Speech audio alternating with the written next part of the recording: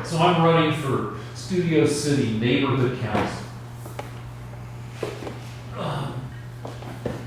And when I told you this, you're like, well, I certainly hope that there's somebody who thinks differently than you to defeat you. Rick, if you were running for friend, I'd vote for you.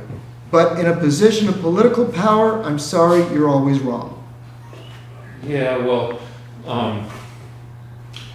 there's nobody who's running for this position that has a shot of being elected who thinks the way you do. Okay, tell us what your concerns are. Well, I know that Can you make the announcement one more time, because you look kind of far from the mic. all right, so yeah, I'm running for Studio City Neighborhood Council.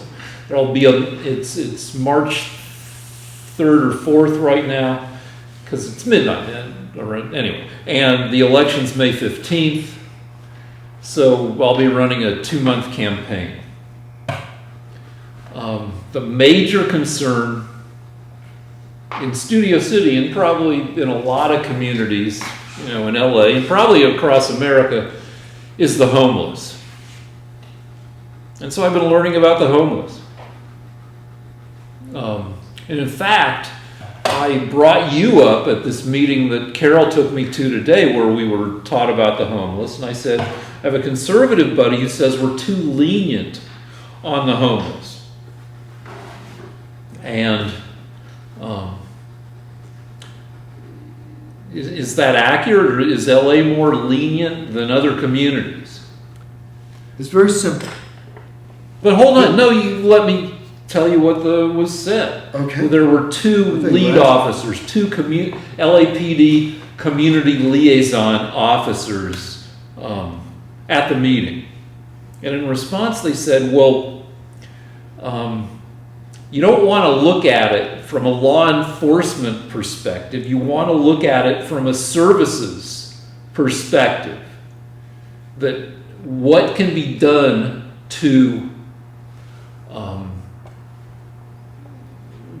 get the people on the street in the best situation for everybody concerned, not just the homeless, but the communities affected by the homeless.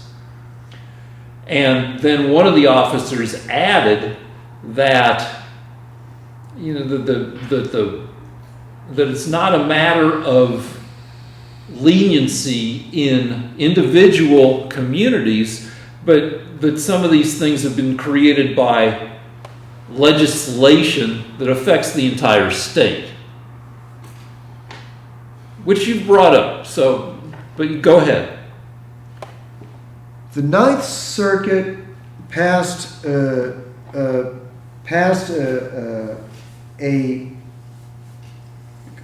ended up with a decision that makes it illegal for people to sleep on the street. Now that means we're not going to be enforcing any vagrancy laws. Now, you can argue that these people need help. They need mental health facilities.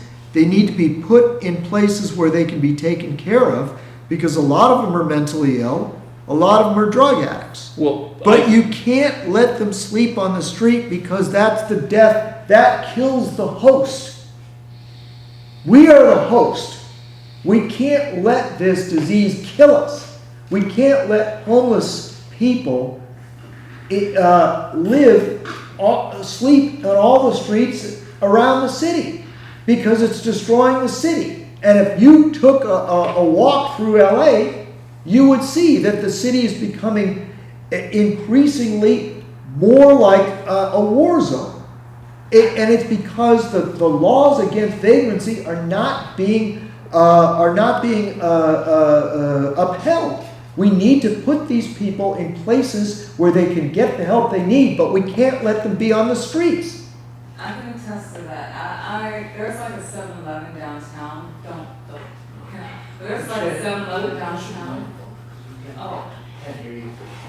Well, no, I'm just saying I can attest to that, because there's a very popular 7-Eleven downtown, and there was like a homeless guy who literally was taking a shit right next to the entrance. And yeah. But there was also Very homeless. disgusting. There was a homeless guy at a Subway, a 24-hour Subway that I went to, eatery, and they were, because it was 24 hours, there was two homeless guys, and one of the guys was sitting at a table picking his cuts, the scabs all over his arm, and they were falling on the table. Yeah. All right, so I've talked to some people, and the consensus is that about a third of the homeless are mentally ill. And the rest of the homeless are on the street for a variety of reasons. It can be, and a lot of people turn to drugs who, even if they weren't even if they weren't on drugs when they ended up on the street, a lot of people end up turning to drugs once they're on the street. And this, I've been told that the last count of the homeless in LA came up with 59,000, but the lead officers said that that's probably an underestimate. What's that? It was put this way, that the population of Studio Cities between 33 and 37,000. So a homeless population of at least 59,000 means that the homeless is a community itself. It's as big as any city in LA, but just spread out across LA. But by hooking people up with the right services, last year they were able to get 8,000 people off the street. And this year they think they're going to be able to get 9,000 people off the street. Though, that doesn't mean that in 7 years everybody will be off the street, because obviously new people are added all the time. One thing I'm starting to learn is, though, that when you think about the homeless, at least when I thought about the homeless, I just think about it as a bunch of tents under freeway overpasses. And I didn't think of them as individuals, but every homeless person has their history. And I read some of the histories, and a lot of the homeless had good jobs, had their own homes, had families, jobs for 20, 30 years, and then a medical crisis, getting hit by a car, losing a job, it becomes a row of dominoes that if enough bad dominoes fall on you, you end up losing everything and you end up on the street. And the stories have some things in common. Terrible families, the parents who are drug addicted, who are abusive, who who rip off family members and just leave them with no resources. And similarly, the solutions for the homeless, to the extent that there are often individualized, making individual contact with the homeless and talking with them and seeing, given that 2/3 of the homeless aren't crazy, that means that most of the homeless are amenable to taking advantage of social services when they're available. Like there's a church in our director's neighborhood that serves hundreds of meals every week and provides showers and clothing. I think the meals are just once a week, but if you are sufficiently informed as a homeless person, you can go from place to place to place and find what day of the week each place is offering food and other stuff, and you can make life somewhat better for yourself. But the solutions for the homeless, there's no one big umbrella solution. It's a matter of making contact with the homeless, seeing if you can help them individually. But it looks like an intractable problem, a problem that can't be made to go away entirely, but can be mitigated via a whole combination of small things and probably big things. The small things are individual contact. The big things might be legislation that, it's tough to keep somebody who's crazy, who's mentally ill, in a mental health facility if they don't want to be there. And part of a lot of people's craziness is they don't want to be there. And there's these, 5150, 5250 laws that only let you hold a crazy person who doesn't want to be held for 72 hours or possibly 2 weeks if they're so seriously fucked up that you can get a judge to agree they need to be held for 2 weeks. But most of those people end up, back on the streets. So maybe there needs to be, on a large scale, changes in legislation. But there's no, one simple solution. All right, what else do you want to I talk? just want you all to notice one thing. Do you notice how Rick was able to speak calmly? The reason he was able to speak at length, get his point across, was because he had no fear of being interrupted, right, when he was going to make his point. So if people think I yell at Rick, it's because I'm trying to talk over him when he's interrupting me. Now, the guy just spoke calmly. I didn't interrupt him. And I want people to see this. If you watch these tapes carefully, you see that the reason I'm raising my voice is because he wants to interrupt me before he waits until I'm about to make my point, and to destroy it, to diffuse it, that's when he starts saying, all right, we got to change the subject. Or he wants to dispute some stupid little thing. That's why I yell at him, because I'm trying to be heard. Now, I'm not finished, Rick. Okay. Now, you just heard a ball of confusion again. He obviously has no solution. He's reading up on it. And he even concludes by saying there's no solution. Let me tell you what the solution is. You make it legal to keep people that are crazy in facilities. 1, you pass legislation that will do that. 2, you make it illegal for people to sleep on the streets, meaning you enforce the vagrancy laws, which is the word I was looking for earlier. You enforce the vagrancy laws. So, they can't stay on the streets, and then you build a facility, a cheap facility, in a cheap area, an area that people don't want to go to, that people are not building homes in, that is not in the center of town. You take away these people's civil rights, just as you would any prisoner, and you put them in a cheap facility where they're safe, they're medicated, they're fed, they're clothed, housed, and cleaned up against their will. And that's the way you solve the problem. And while you are dealing with these people, you find out which ones are mentally ill, which ones need time to find work, and which ones are drug addicts. And you sort them out that way. And by the way, this is going to be expensive.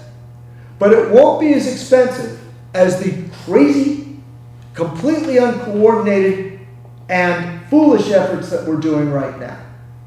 So basically, I just cited a lot of the stuff that you said I'm a ball of confusion. Yeah. Yet I said there might be changes to legislation, that there might be legislative changes needed to hold people who don't want to be held. But that's not going to work unless you can enforce the vagrancy laws. Well, and it's not going to work unless you can keep people, unless you can build a facility that the state of California can afford to build. So if you have to hold them in luxury resorts, then no. So it's going to break down. So the cops that I talked to kind of disagreed with you, saying that, yeah, the efforts to get people off the street by providing facilities, they agree that it's in the case of long-term homeless people, it's 72% cheaper to get them housed than to deal with them as homeless. And it's 38% cheaper to deal with the temporary homeless to get them housed. So yeah, it's been well established that it's cheaper to get the homeless off the street, but you have to. How did I know that, by the way? That's fantastic. Common But sense. you have to coordinate services to, you're not going to build a bunch of new jails, but you are going to be able to. How to get everybody off the street is not. There's not an immediate solution to that. There is, because we didn't have this problem 25 years ago. There is the cops. The reason the cops disagree with me if they do, is because they're not thinking about the actual legislation. The cops said the legislation is part of the problem. Yeah, but that's why they're telling you that these things can't be done. It has to start at the level of the California state government. They have to pass laws that will make it legal to do something about these things. Yeah, but if they don't, you still have to address the homeless. If they don't, then you can't do anything. You won't be able to. You'll be fighting a losing battle, because as you said, there'll just be more. If we put 9,000 and get 9,000 off the streets, 9,000 more will come. Because we're effectively a welcome sign for all homeless people in the United States and the world, by the way, because the Democrats have open borders. Yeah, except that 85-90% of the homeless are not from some other country. Yeah, but they will be, because you're not doing anything to stop that either. Can we talk about something else? What else is on your platform? Well, addressing both current and near and mid-future concerns. That Studio City is perhaps the nicest community in the San Fernando Valley. There are issues. The second most bothersome issue is that the FAA has mandated strict waypoints for planes taking off from the Burbank Airport. And one of the waypoints is, well, kind of right over my house and right over a lot of people's houses. A waypoint is a point in space that every plane, according to this FAA mandate, has to pass through on its way out of the valley to wherever it's going. And before this, they had these mandated waypoints. Pilots could choose their own trajectory out of the airport, within reasonable parameters. But now that there's one point in space that all the planes have to fly through, and that point is right over Studio City, the plane traffic that used to be spread out, so you wouldn't, so you might get a plane going over your house once an hour, is now concentrated, so you get a plane going over your house every 2 or 3 minutes. So that's an annoying thing that needs to be fought. So part of it is educating myself about current issues. Part of it is Can you turn your head? I'm going to try to draw your head. part of it is, I think, helping Studio City prepare for Raise your head. the challenges of the near and mid future. For instance, right now, Studio City has a really thriving retail environment, a lot of restaurants, a lot of little boutique businesses, that not a lot of empty storefronts, especially compared as you drive down Ventura Boulevard past Sherman Oaks and into Encino and Tarzana. You start to see Ventura Boulevard as a retail graveyard. Raise your head up. Okay. Which you know, they just had a big report on 4,300 businesses are being closed down. J.C. Penney is closing down hundreds of stores. The Gap is closing down many stores. Victoria's Secret is closing down. All these big chain businesses are closing down their brick and mortar stores because people buy online now. And that puts pressure on both big companies and small businesses. And one of the challenges to keep Studio City nice is to figure out how to prevent Studio City from becoming a retail graveyard a year from now, 2 years from now, as pressure on business, brick and mortar, continues to grow. You know, there's some businesses like restaurants that you can't, well, actually you can. You can order online and you can get stuff delivered, but at least there has to be a restaurant for you to get the actual food from. You know, Amazon is not, at least as far as we know, is not going to run like an automated food court where its delivery robots pick up meals and deliver them to you, wiping out restaurants. At least, but restaurants experience reduced traffic when people stay home. People don't go on shopping trips anymore where they hit 3 or 4 places and then stop for lunch or dinner. You know, they do the shopping online and then there's no reason to go out for dinner. They either buy from the grocery store or they use Grubhub to get food delivered. So that's something that Studio City needs to look at. There's also the possible loss of the entertainment industry, where I believe that the entertainment industry will disperse across America and maybe into Canada and maybe throughout the world. That given the way technology helps us, there's no reason for the concentration of studios to be in LA.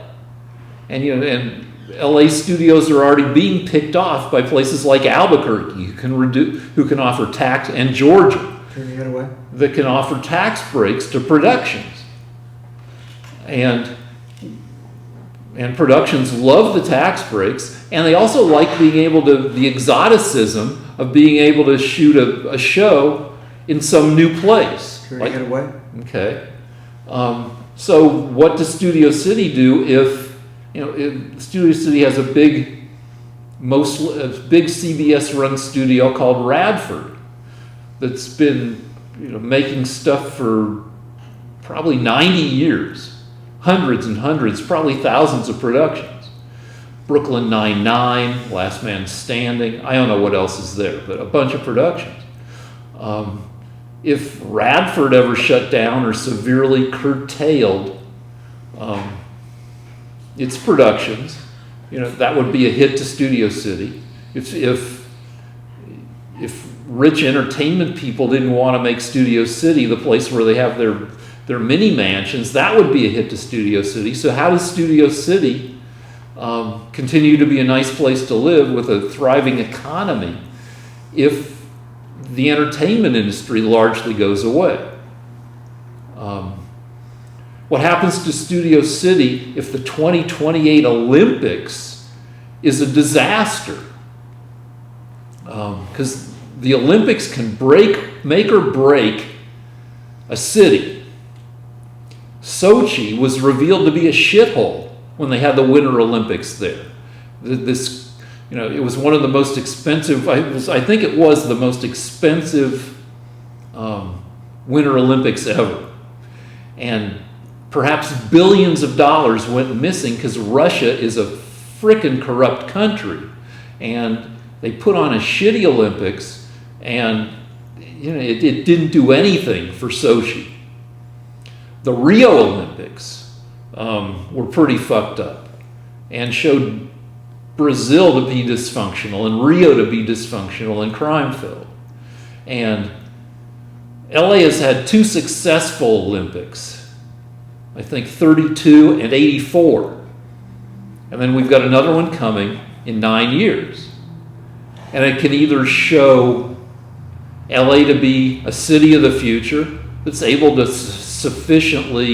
efficiently transport people to the various venues and to be a lively and exciting town, or it could end up being, a transportation nightmare that underlines how LA is an impossible city to live in.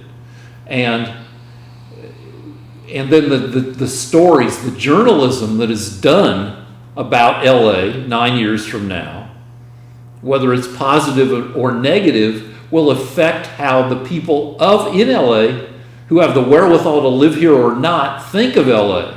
And if the 2028 Olympics paint LA as a shithole, a hellhole, and all these rich people, these entertainment industry people and tech people decide, well, LA, it could be the thing that tells a bunch of rich people and industries to get the hell out of LA. And Studio City, can only do so much as just one community, but it's a situation, a mid-future situation to look at. How to keep Studio City economically thriving and in a nice place to live, even as the future brings all sorts of change. So, do you have to raise money to campaign? Do you have to go places to speak? It's kind of a popularity contest in that it's a special election, and with voting held one night at a local middle school. So it's basically how many people can you get to show up to vote in this very small scale election. Do they have to be residents of the... They have to be residents of Studio City. So I think I have to go around and I have to talk to people, and I go, can I get you to show up for this special election? And how are you going to talk to more than one person? I don't know. It might involve standing outside of Ralph's or Vaughn's or Whole Foods and saying, this is who I am.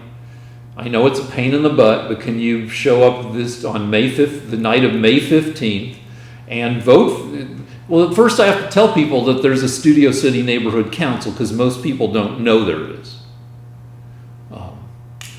And so I'd have to do a lot of fast talking.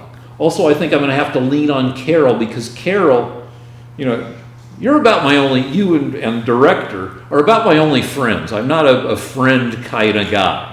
And look at what I do to you every Sunday. Yeah. So, but Carol. So I think you probably only have the director and Carol. I don't know that I really qualify as a friend. Well, the director at least lives in Studio City, so I'm going to,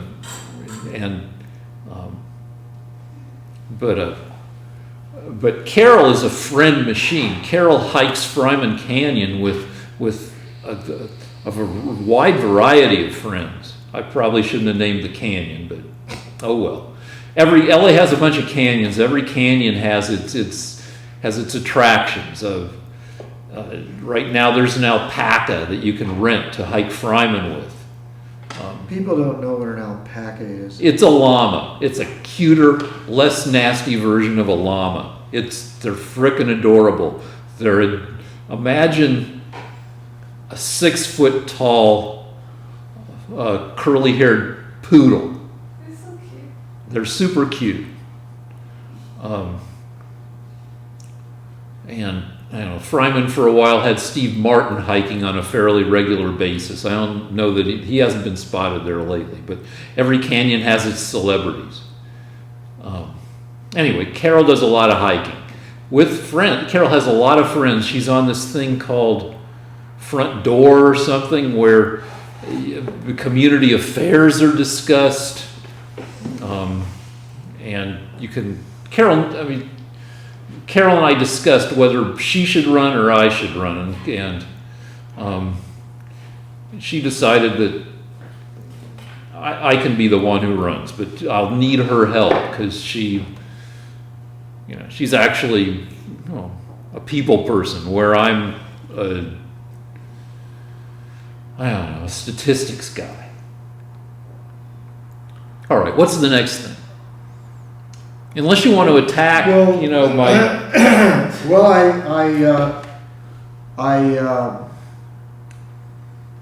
I hope that you can do some good for Studio City, and that's all I have to say. Were we going to talk about North Korea? Sure, and then that leads to go ahead. Well, this week was also moderately interesting because Trump walked out of the North Korea summit that they were holding in Vietnam. And the reason is that he asked if the North Korean dictator Kim would give up his nuclear weapons. And Kim said no, he would just give up some of them. And in return, he wanted the sanctions lifted. So Trump said no, it's got to be all of them. And if you're not willing to do that, then we've got nothing to discuss. Yeah, and Trump received across the board approval for walking. Not from the Democrat media. And no, because then we're going to have an argument because all the Democrats accused him of being a failure. Nah, I mean, all right. So here's part of the deal is that you're going to see a variety of opinions on all these news channels because they have to fill up 24 hours a day, and they like to put together panels. And panels are I hate panels because they lead to a lot of bullshit. But panels aren't interesting if everybody agrees. So you are going to see differing opinions. The Democrats in Congress. The majority opinion I saw on the liberal media or heard on the liberal media was that he was right to walk away.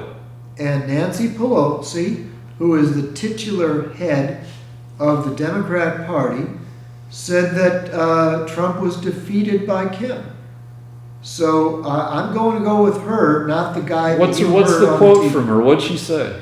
That it was a big win for Kim because it made him look powerful to meet on equal footing with Trump, and that Trump accomplished nothing, and that it would be best for the country if Trump did not run for election in 2020. All right, so there's that, what I mostly heard. I'm not going with what you heard. I'm going with what she said. Fine, she said, okay, it's fine. But most of what I heard, even from a bunch of liberals on the liberal news channels or the mainstream news channels, is that he was right to walk away. And by the way, unless you had more to say. Yeah, there's the other thing, which is, and we've had this discussion too, where there are major policy issues that really should be the meat and potatoes of a presidency, but there are always these smaller stories that either reflect the president's demeanor or in some cases the president's bad luck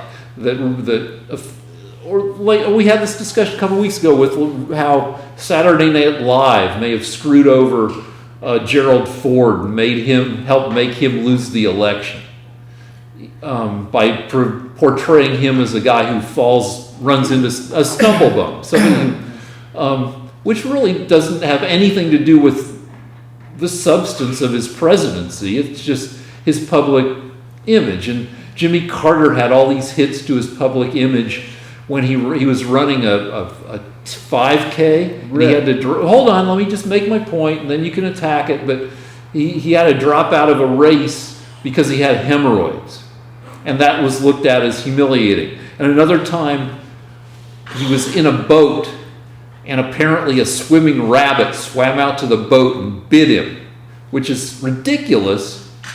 but really, it was among the thing, it was just piling on and helped make him a one-term president. And so there's this little thing that is blown up. It's not as significant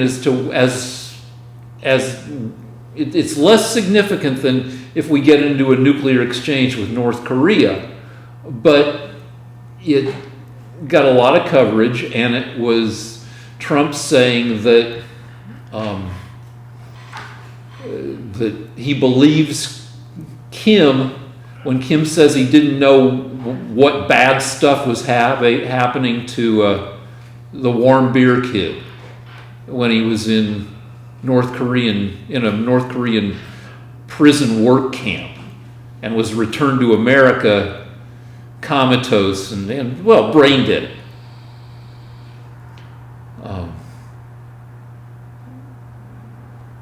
That just, what would have been it just cast it gave the media the opportunity to say that Trump has a habit of believing dictator types when they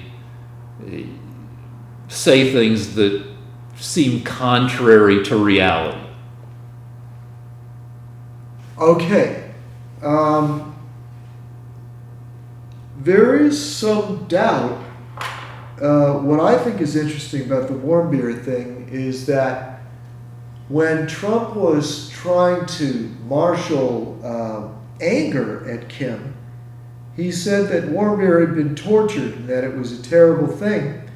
And the liberal press investigated it and maintained that warm beer actually wasn't tortured. He did die of some kind of disease that he contracted.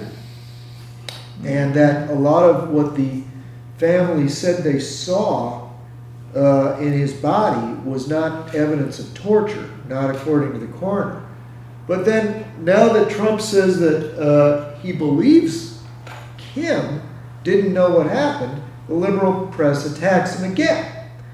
So, my main anger at the Democrats is that precisely the time when we're trying to defuse the most dangerous situation in the world, and that is a madman in possession of nuclear weapons, they chose to hold a hearing about whether Trump paid prostitutes off and whether he had an orgy in Russia. And now that hearing came to nothing. Wait, which hearing are we with talking Michael about? Cohen. Well, no. Don't argue with me. You spoke for like a half an hour. Fine. Okay. So my point, now I have to repeat it, because a lot of people lost track, is that the country should have pulled together. The Democrats should have pulled together to support Trump when he's trying to denuclearize North Korea. But instead, their concern is defeating Trump, not helping America. So what they did was they held this pointless hearing with Michael Cohen at and nothing new was disclosed, nothing of any consequence, and what it did was it made the North Koreans think that Trump was weak at home and that he might be influenced into giving a bad deal. Now you may say this is just speculation, but I know that if the Russians think that the American president is embattled, and this has been proven throughout the Cold War, the Russians become emboldened because they don't think the president will act, or act completely with the support of his people. I can't even tell you how many times this happened. The North Vietnamese, for example, invaded South Vietnam and broke the Paris Peace Accords because they believed that Nixon was too weak because of Watergate to oppose them, to rally the American people and fight back. And as a result, a whole country, South Vietnam, I believe 14 million people, maybe 21 million people, are now living, at that time in 75, became communists, had to live under the communist yoke because the Democrats refused to supply the South Vietnamese army, but they insisted on weakening Nixon, who the North Vietnamese feared. So, again, it is demonstrably true that when the president is negotiating with North Korea, the Democrats had no business holding this hearing, again, to try to reiterate that Trump may have had sex with a porn star. This is not good for the United States. Well, there's going to be then a lot more not good because the hearings are just going to go on for the next, well, until the 2020 election. Because the Democrats are immoral. Well, I mean, the Republicans Because had a shitload they of don't hearings. care about the country. And- They but- just want to get Trump. Well, the Trump offers plenty of opportunity to hold hearings. Yeah, like JFK didn't, like Clinton didn't. Well, yeah, Clinton put his, well, not his foot, he put his dick in it. Okay. All right. And yeah, he offered, Yeah, didn't Clinton get impeached for getting He his- did. Yeah. He did. But, I mean, but and you know, like, Trump. Why won't they do the same thing with Trump? I mean, well, look. Do you want to present a strong, united face against North Korea, or do you want to get Trump, Rick? What do you want to do? The director and I had this discussion in the car going on the way down. He's saying, do you really want to set all the precedent of endless investigations into the sitting president? You know, when there's a Democrat in the White House, do you really want to face, do you want the precedent of just investigating every damn thing about him and just endless investigation? And I'm like, yeah, I'm okay with that. We've had this argument too, and you find it contemptible that I would want that, but frickin', yeah, investigate the shit out of the president. Well, you know, I actually heard I actually heard Lindsey Graham. I may have said this before, but he said one of the wisest things I've heard, and that is, why aren't we investigating Nancy Pelosi? We've got as much on her as we have on Trump. Since we don't need to have a reason, why don't we investigate Maxine Waters? She's guilty of a sweetheart deal. Made herself a millionaire by giving a sweetheart bank deal to her husband. Why aren't we investigating Adam Schiff? Why don't we investigate all the Democrats? Do you know that the United States government, taxpayers, the citizens of the United States, have created a $14 million slush fund, a secret fund, so that the politicians in Congress can pay off women accusing them of sexual harassment. Now, the United States taxpayers should not be paying for that. I think there should be an investigation of that. Well, and whoever is found to have used this fund should be made public. So, Rick, two can play at this game. yeah, but I'm okay with all that. All right, Investigate. all I right, mean, all right. and- I just hope the Republicans start investigating. I'm okay with people being investigated. Yeah, no, I'm not. At this point, it's a witch hunt, and we have to try to present a united face. Oh, that's one of the things that that people are saying is obstruction of justice. Do you know how many times Trump has called it a witch hunt? This is just because it is a witch hunt. well, yeah, but guess how many times he's called it a witch hunt? I don't care. No, but it's fun. It's a game. Play it. Every time he said it, it was true. He was educating you people, and repetition is the mother of education. All right, I'll give you $3. I'm not interested, Rick. I don't care if he said it every single day. It's important because apparently he needs to tell you, because you haven't learned anything. Well, I've said this before, I'll say it again, that I've been hyper aware of Trump long before, for decades. Since Home Alone. Yeah. And Macaulay anyway, Culkin. you don't want to make $3 by playing my game? I want to discuss Tommy Robinson. All right, Tommy Robinson. I was supposed to research him so I can rebut whatever you're saying, but he's this. How much time do we have? Go ahead. How much time? 14 minutes. Okay, Tommy Robinson is this Rick, you don't know a goddamn thing about He Tommy calls Robinson, himself a so why journalist. don't you He's just- over in Why England. don't you just... All right, go ahead. Fucking go ahead. Tommy Robinson came from a small town in England where he noticed that the local Muslims were raping the English girls. Now they do that because according to the Islamic holy books, the Hadith and the Quran, Muhammad raped a Christian girl named Aisha, who was 9 years old. His slave girl. Okay, Jesus didn't rape anybody. Now, because their Messiah raped this Christian girl, it's part of the Muslim religion. It's okay to do whatever Muhammad did. So thousands, it's estimated that well over 100,000 English girls have been raped in the past few years by Muslim men. And Tommy Robinson got upset about that. And because he got upset about that, he started doing journalistic reports about it. He would make speeches about it. And so the British put him in jail on a trumped up charge. A charge that was so trumped up that they had to release him. Now, What was the charge? Some kind of mortgage deal? So, Tommy Robinson was let out of jail, but the British government wasn't done.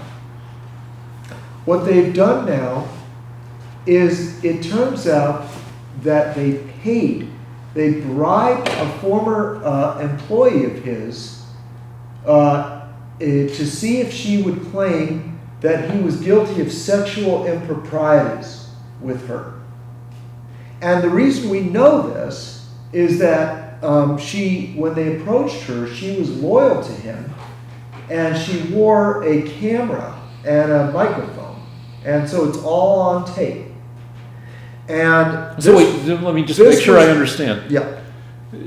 She decided to wire herself to catch the British government trying to get her to set up Tommy Robinson? Correct. Okay. So now the British government is they're represented in the news. They own the news in Britain. They have the BBC. The BBC is actually the British government. So the BBC, the British Broadcasting Corporation, had actually attempted to frame him, to defame him by bribing a woman into lying about him, that maybe he had sexual improprieties. Oh, yeah. And he captured this on film. Now, recently he took the film. He rented a gigantic billboard, and he held a rally of thousands of English people in front of BBC headquarters, where they displayed the interview, and where they displayed what this British government journalist was doing. So this is the greatest example of fake news imaginable. You think that Britain would be a free and democratic country, and they put a guy in jail for trying to stop the rape of their children by Muslim immigrants, and two, then they frame the guy by trying to bribe one of his female employees. So that's what it's like in Britain. Britain is no longer a free country. Demographically, they're accepting hundreds of thousands of Muslims from Pakistan into the country every year and the Middle East. We don't know where it's going to stop. London is now majority Muslim. No. It's majority non-born there English. Okay, so So wait, you're saying that the percent that London probably has 12 million people. Okay, let me put it this way: they're about, I don't know, 15% of the population of London Yeah. is Muslim now. Okay, that's not But- 50%. No, but what's happening is this: the British rate of having children is about 1.4 Okay. per couple. The Muslim rate is 5 children per couple, and Muslims marry sometimes 4 women. So one Muslim man can have 20 children. So demographically, they're going to they'll exceed the native-born English Christian population within 2 generations. And Tommy Robinson says, why are we doing this to our country? They have violent crime has skyrocketed in England, in Britain. And he's saying, why are we doing this? And to be honest with you, I don't think anybody really knows. All right, so I don't have a rebuttal for this. I mean, if I take at face value what you're saying, that he caught the BBC trying to set him up, and that's a huge get. I mean, that's, if he got that, I mean, good on him. That's awesome. So I can't rebut. Wait, one last thing. I just want to say, when the British government put Tommy Robinson in jail, they put him in a wing in an area of the prison where, could you let me get the points across here? I'm on camera right now, okay? All right. They put him in a wing where they allowed a group of Muslims to come in and try to beat him to death. So they wanted him to be assassinated. Like, instead of putting him in solitary or in a place in the prison where he'd be safe, they actually opened up the place he was in so that he'd be attacked. He barely escaped with his life because he's good with his fists. All right, we've 92.3. We've argued before about whether all Muslims or most Muslims are, you know, obviously England has some dangerously rapey Muslims, but I would argue that not all 1.8 billion Muslims are rapey like that. But regardless of that, you just said that London is 15% Muslim. I don't know the exact number, but I know that the percentage of native-born English people there is diminishing to the point where the nickname for London now is Londonistan. It's basically full of mosques. They shut down parts of the city so that they can hold prayer outside. It's become, there are areas that are no-go zones where I've read that the no-go zone thing is. But anyway, I like London. London might be it's a great city, and it'll probably get through this okay. So anyway, you said London's 15% Muslim. You're not I sure. don't know the exact. All right, I don't know the exact number. But I got curious as to, there are various groups that I wanted to see what percent of Germany was Jewish right before World War II. Because the Jews were scapegoated, obviously, by the Nazis. They were a convenient target. And it turns out that there were only a few 100,000. 505,000 Jews out of 67 million Germans, which is 0.75% of the population was Jewish. One person in 133 was a Jew. And then I checked out, all right, so what percent of the American population is, you could consider there are 3.45 million Muslims in America out of 328 million Americans, which is 1.05% of the population. One American in 95 is Muslim. And I did the math on undocumented people. 10.7 million out of 328 million, which is 3.5%. Some people think it's 22 million. I know, but I don't buy that. But anyway, the stuff that is going on in England, I'll make my point again and then we'll go on to something else for the last 2 minutes. Even if you buy the argument that Muslims are disruptive and dangerous, which is a questionable thing in my mind, the Muslim population in America is not going to reach European levels before the much more serious disruption of America by technology. Anyway, we got 2 minutes. What do you want to talk about for 2 minutes? Maybe last can elaborate on painting, what's going on with that, yeah? Okay, the drawing. Oh, do you want to see it? Yeah. Over here, see? All right, well, I haven't been able to draw much today because Rick doesn't hold still too well and I can't talk when I'm yelling. 1 minute. So there's the drawing so far, and I'd love to just wrap it up. I think we may have to start a new one next week because this is about as finished as I think I need to go. So you'll probably see a new one next week because I think these conversations are important. These conversations, I think, are helping clarify how right the conservative view is and how fuzzy the liberal view is. So I'd like to continue it as long as I feel it's making a difference. So I'll be probably doing another drawing next week. Thank you. Sweet. You're fuzzy, by the way. You're freaking fuzzy. Oh, do you want to, we have a minute, do you want to talk about the PayPal? Oh, yeah. Okay. Hey, people are supporting us. We've made you through your generous contributions. We have made in the double figures, and help us reach triple figures by donating to Lance versus Rick at gmail.com. That's our PayPal account.